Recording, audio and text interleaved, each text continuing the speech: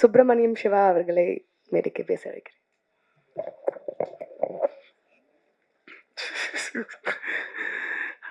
அன்பான அனைவருக்கும் வணக்கம்.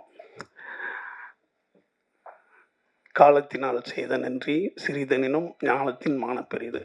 இது திருக்குறள். திருக்குறளில் செய் நன்றி அறிதல்னு ஒரு அதிகாரம் திருவள்ளுவர் பண்ணியிருக்கார். செய் நன்றி அறிதல். இந்த நன்றி சொல்கிற விஷயம் நான் நிறையா இடத்துல சொல்லியிருக்கேன். நான் யாருக்கு நன்றி உணர்வு அதிகமாக இருக்கோ அவன் எல்லா துறையிலையும் சிறந்தவனாக இருப்பான். அவன் மிகச்சிறந்த ஒரு பண்பாளனாக இருப்பான்.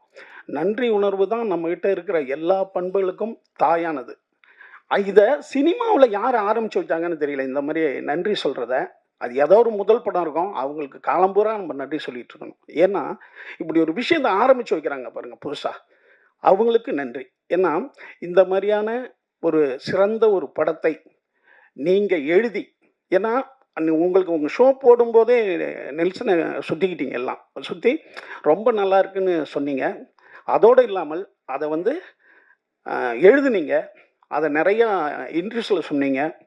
அதனால தான் இந்த டிஎன்ஏ அவ்வளோ பெரிய வெற்றி அடைஞ்சிருக்கு. இந்த படம் என்ன செஞ்சிருக்கு அப்படின்னா, ஒரு விஷயம், இப்போ முயற்சி திருவினை ஆக்கும் அப்படின்னு திருவள்ளுவர் ஒரு கொட்டேஷன் கொடுத்துருப்பார். நான் வீழ்வேன் என்று நினைத்தாயோ அப்படின்னு பாரதியார் சொல்லியிருப்பார். தீதும் நன்றும் பிறர் தரவாரா அப்படின்ட்டு கணியன் பூங்குன்றன் சொல்லியிருப்பார். இப்படி ஒவ்வொரு விஷயங்கள் ஒரு கொட்டேஷனை தந்திருப்போம். இதில் பாருங்க, பாக்யராஜ் சார் அவருடைய முந்தான முடிச்சல முருங்கைக்கான்னு ஒரு ஐட்டத்தை இறக்கிட்டு போயிட்டார். இப்போ முருங்கைக்காய் எடுத்துக்கிட்டு போவாங்க, கூச்சப்படுவாங்க. அப்போ ஒரு வீட்டுக்கு வாங்கிட்டு போகிற குடும்ப தலைவன். அதுக்கு பிறகு மணிவண்ணன் சார் அல்வான்னு ஒரு மேட்டரை இறக்கி விட்டார். நம்ம ஒரு திருநெல்வேலியிலேருந்து வரும்போது ஒரு அல்வாவை அன்பாக வாங்கி கொடுத்தா கூட என்னப்பா அல்வா கொடுக்குறியான்ற அளவுக்கு மாற்றி விட்டார். நான் திருடான் திருடியில் கட்ட விரலுக்கு அடுத்த விரலுக்கு கொஞ்சம் நீட்டாக இருந்ததுன்னா அப்படின்னு சொல்லிட்டு ஒன்று சொன்னேன். அதே போல் இந்த படம்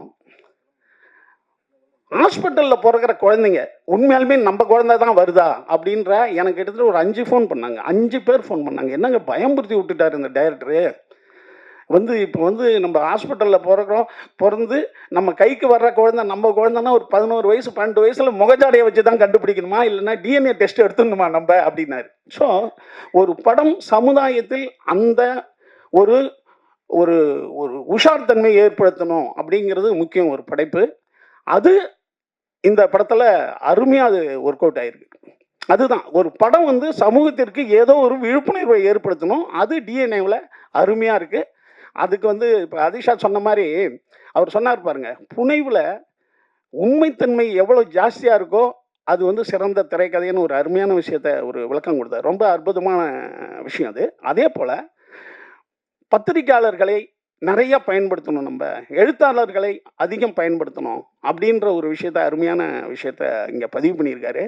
இதெல்லாம் நீங்கள் எழுதணும். அப்போ தான் நிறைய இயக்குநர்கள் நிறைய ரைட்டர்ஸை கொண்டு வருவாங்க. அண்ணன் போஸ் வெங்கட் சொன்ன மாதிரி மலையாளத்தில் ரைட்டர்ஸுக்கு அவ்வளோ பெரிய ஒரு மரியாதை இருக்கும். அங்கே ரைட்டர்ஸ் தான் ஃபஸ்ட்டு. நம்ம இன்னும் சொல்லப்போனால் ஆங்கில படங்களே மிகச்சிறந்த நாவலை தான் படமாக எடுக்க ஆரம்பிப்பாங்க. நம்ம நினைக்கிறோம்ல, கதையை வெளியே போயிடுச்சுன்னா அந்த கதை ஈஸியாகிடும்ட்டு. அதெல்லாம் கிடையாது. மிகச்சிறந்த நாவல்களை தான் நம்ம படமாக எடுத்து மிகப்பெரிய ஹிட்டு கொடுத்துருக்காங்க பல படங்கள். ஸோ ரைட்டர்களையும் அதே போல் எழுத்தாளர்களையும் நிறையா பயன்படுத்தணுங்கிறது இந்த நன்றி அறிவித்தல் கூட்டத்தில் ஒரு முக்கியமான ஒரு விஷயம். அடுத்தது நன்றியில் இப்போ எனக்கு ஒரு சின்ன ஒரு கதாபாத்திரம் இதில் கொடுத்துருக்காங்க. ஆனால் நான் என் வாழ்நாள் பூரா சொல்கிறவங்கலாம் என்ன சொல்கிறாங்க, ஏங்க அருமையான ஒரு விஷயத்த உங்களுக்கு பண்ணிட்டாங்க இந்த படத்தில் அப்படின்னு சொல்கிறாங்க இல்லையா. இது என் உள்ள மனசில் எப்போதும் இந்த டீமுக்கு இயக்குனருக்கு மட்டும் கிடையாதுங்க. ஒரு ஹீரோ அவர் என்ன சொல்லியிருப்பாங்க, ஏங்க அவருன்னு கூட அவர் சொல்லியிருக்கலாம். அடுத்தது இந்த ப்ரொடியூசர் அல்லது ரைட்டர் யார் வேணாலும் ஏங்க அவரை போடலாமே அப்படின்னு சொல்லியிருக்கலாம். அதுக்கு என்னை ஒத்துக்கிட்டதுக்கு இவங்க அத்தனை பேருக்கும் என்னுடைய நன்றியை தெரிவிச்சுக்கிறேன். அடுத்தது நம்ம தம்பி கேமராமேன் பார்த்தி அதாவது ஒரு மனிதன் இப்படி இருக்கிறவன் இவ்வளோ திறமையோடு இருப்பான்னு நீங்கள் பார்வையால் நீங்கள் கணிக்கக்கூடாது. நம்ம சொல்லுவோம்ல, டேய் கண்ணை பார்த்து பேசுகிறோம் உண்மையை பேசுவான்டா அப்படின்றது. கண்ணை பார்த்து உண்மையை பேசுகிறவங்களாம் உண்மையை பேசுவானா? அது ஏதோ பொது புத்தியில் இருக்கு. அதாவது முழு பனியன் போட்டவன் நல்லவன்டா அப்படின்றதும், வெள்ளையா இருக்கிறவன் சிறப்பா இருப்பான்றதும், இதெல்லாம் வந்து பொது புத்தியில் இருக்கிறது தானே ஒழிய, ஆளை பார்த்து எடை போடக்கூடாதுன்றதுக்கு தம்பி பார்த்திபனை வச்சு முடிவு பண்ணுறேன். அடுத்தது எடிட்டர் தம்பி, அவர் வந்து நேஷனல் அவார்டு வாங்கணுன்றதே எங்களுக்கு தெரியல. பாருங்க, ஒரு நேஷனல் அவார்டு வாங்கிட்டு எப்போதும் போல எளிமையாக இருக்கிறதுங்கிறது ரொம்ப அருமையாக இருக்குது. அடுத்தது நான் ஆடியோ ரிலீஸில் இந்த ஹீரோயினை பற்றி சொல்லல, நிமிஷா பற்றி. அந்த படத்தில் பார்த்தா அவங்க ஐயோ, அதாவது நாங்கள்லாம் வந்து ஜோதிகா பார்த்து மிரண்டிருக்கோம். அதுக்கு பிறகு வந்து இப்போ சாவித்திரியிலேருந்து ஆரம்பிப்போம் இல்லையா, ஒரு ஆர்டிஸ்ட் இப்படி இருப்பாங்கன்ட்டு.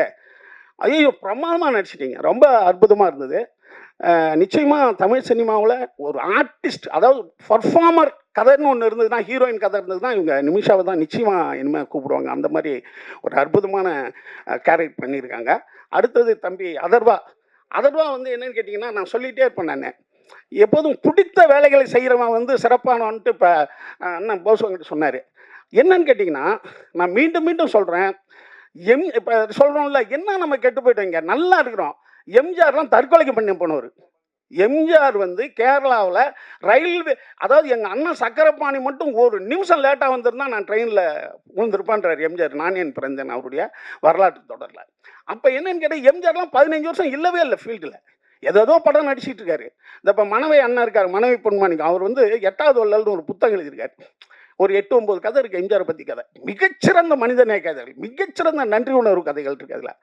அதில் வந்து அவர் வந்து இட்லி ஒரு அம்மா விற்கும் ஒரு இடத்துல. எம்ஜிஆர் வாங்கிக்குவார், வாங்கினா காசு இல்லை அவர்கிட்ட. காசு இல்லாத போது ஐயோ நான் காசு எடுத்துகிட்டு வரலாமான்னுவார். அந்த கிழவி சொல்லும், தம்பி இதை திருப்பி கொடுத்தி, நீ இந்த காசை திருப்பி கொடுத்தா என்னுடைய லாப கணக்கு, கொடுக்கலன்னா என்னுடைய தர்ம கணக்குப்பா வச்சுக்கணும். எம்ஜிஆர் அதுக்கு பிறகு பெரிய ஸ்டார் ஆகி முதலமைச்சர் ஆகிடுவார். திரும்பி யானை கவுனியில் அவர் முதலமைச்சராகி வரும்போது காரில் சொல்லிட்டு வருவார், இங்கே ஒரு பார்க் இருந்ததுயா, நான் இப்போ வாக்கிங் போகும்போது ஒரு கிழவிக்கிட்ட ஒரு 10 இட்லி வாங்கிட்டேன், ஆனால் என்னால் காசே தர முடியல. இப்போ அந்த அம்மாலாம் எங்கே இருக்கான்னு தெரியல, ஆனால் அந்த அம்மா சொன்ன வார்த்தை என் ஞாபகம் இருக்குது, பணத்தை திருப்பி கொடுத்தால் லாபம் கணக்கு, திருப்பி கொடுக்கலனா என் தர்ம கணக்குன்னு சொன்னாங்கய்யா. இன்றைக்கும் நான் தர்மம் பண்ணும்போது அந்த அம்மா ஞாபகம் வந்துகிட்டே இருக்கும் அப்படின்னு எம்ஜிஆர் சொல்லிட்டு போவார் அந்த காரில். அதில் இருக்குது, அண்ணன் எழுதின புக்கிலேயே இருக்குது. இப்போ அடுத்த நாள் போய் அந்த கிழவியை பிடிச்சிடுவானோ, அது அப்போ 40 வயசு, இப்போ 80 வயசில் இருக்கும். எம்ஜிஆர் அவங்கள்ட்ட அறிமுகப்படுத்துவார், இதாம்மா நீ சொன்ன வார்த்தைன்ட்டு. அதுக்கு புரியவே புரியாது. இல்லைப்பா நான் நல்லா இருக்கணும்னு அவருக்கு அந்த அம்மாவுக்கு ஒரு வீடு கொடுத்து அந்த அம்மா இருக்கிற வரைக்கும் அவருடைய சொந்த பணம் 1000 ரூபா அனுப்பிச்சிட்டே இருப்பார் எம்ஜிஆர். இப்படி ஒரு ஒரு நன்றியை, ஒரு உதவி செஞ்சிட்டோம்னா நம்ம வாழ்நாள் பூரா உள்ள நின்றுட்டு இருக்குங்களா, அந்த மாதிரி உதவியை நம்ம செஞ்சுக்கிட்டே இருக்கணும். இந்த படத்தில் தம்பி கோ ரைட்டர் சொன்ன மாதிரி யாரோ ஒருத்தவங்க உதவி பண்ணிக்கிட்டே இருக்காங்க. அந்த உதவி செயின் தான் நம்ம வாழ்க்கையை மேன்மைப்படுத்தும், உண்டாக்கும். கடைசியாக ஒன்று சொல்லிட்டு முடிச்சிடுறேன். ராமாயணத்தில் ராமனுக்கு நிறைய பேர் உதவி பண்ணிக்கிட்டே இருப்பாங்க. ராமனுக்கு படுற கஷ்டம் இருக்க, அவன் ரொம்ப நல்லவன், அவன் காட்டுக்கு போயிடுவான், காட்டுக்கு நம்மனா பொண்டாட்டி தூக்கிட்டு போயிடுவான், அதுக்கு பிறகு அவன் போராட்டம்.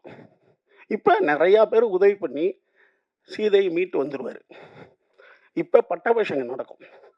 பட்டாபிஷேகம் நடக்கும்போது உதவி பண்ண அத்தனை பேருக்கும் ஒரு பரிசு தருவார் ராமர், கொடுத்துக்கிட்டே வருவார். கடைசியாக ஹனுமான் வருவான். ஹனுமான் வரும்போது ஹனுமானுக்கு என்ன தர போறாருன்னு எல்லாம் எதிர்பார்ப்பாங்க. ஏஞ்சி கட்டி பிடிப்பான். ஏன்னா அனுமன் செய்த உதவிக்கு திரும்பி ஒரு பொருளை என்னால் தரவே முடியாதுன்னு கட்டி பிடிச்சி நீ ஏங்குள்ள இருப்ப அப்படின்வார். அப்படி ஒரு உதவியினுடைய மேன்மையை நம்ம அழகாக சொல்கிற இடம் அது. ராமாயணம் உண்மையாக என்னன்னு தெரியாது, அந்த இடம் வந்து அருமையான இடமா எனக்கு பிடிக்கும். அப்போ உதவியை செய்யும்போது ஒரு மனிதன் அவனுக்குள்ளே நம்ம போயிடுறோம் அப்படின்ற ஒரு அருமையான கருத்தை இந்த படம் சொல்கிறது மட்டும் இல்லாமல் வாழ்க்கையில் உஷார் தன்மையோடு இருக்கணும் ஒவ்வொரு விஷயத்தையும் அப்படின்னு சொல்லுது. அதர்வா வந்து இதில் மிகச்சிறந்த முறையில் நடிச்சிருக்காரு. அதுவும் அந்த தம்மு அடிச்சு விட்டுற இடம்லாம் உண்மையாலுமே அப்படிப்பட்ட ஆள் தானான்ற மாதிரி பயப்படுத்துகிற அளவுக்கு பண்ணாப்புல. ஏன்னா ரொமான்ஸாக இந்த வயசில் அவர் நல்லா பண்ணிடலாம். இந்த மாதிரி ஐட்டங்கள்லாம் இருக்குல்ல, அதை அப்படியே வாழ்ந்துட்டார்ப்பா அப்படின்னு சொல்கிற அளவுக்கு பண்ணாப்புல. ஏன்னா இந்த மாதிரி விஷயம்தான் டஃப்பான ஐட்டங்கள், அதையே சிறப்பாக பண்ணியிருக்காரு. அதர்வா இந்த படத்தின் மூலம் மிகப்பெரிய இடத்துக்கு நிச்சயம் வந்துட்டார். இனிமேல் அவருக்கான காலம் தமிழ் சினிமாவில் கொடிகட்டி பறக்கும். இந்த படத்தில் எனக்கு வாய்ப்பு கொடுத்த அனைவருக்கும் நன்றி. அண்ணன் ப்ரொடியூசருக்கு நன்றி. அப்புறம் தம்பி யாராவது விட்டுனா, அண்ணன் அம்மா விஜயம்மா இருக்காங்க, அவங்க கூட இதில் நடிக்கலை நான். எல்லாத்தையும் சொல்லிட்டு அந்த பாப்பாவுக்கும் தென்றலுக்கும் நன்றி. உங்கள் அனைவருக்கும் மீண்டும் நன்றி சொல்லி உட்கார்றேன்.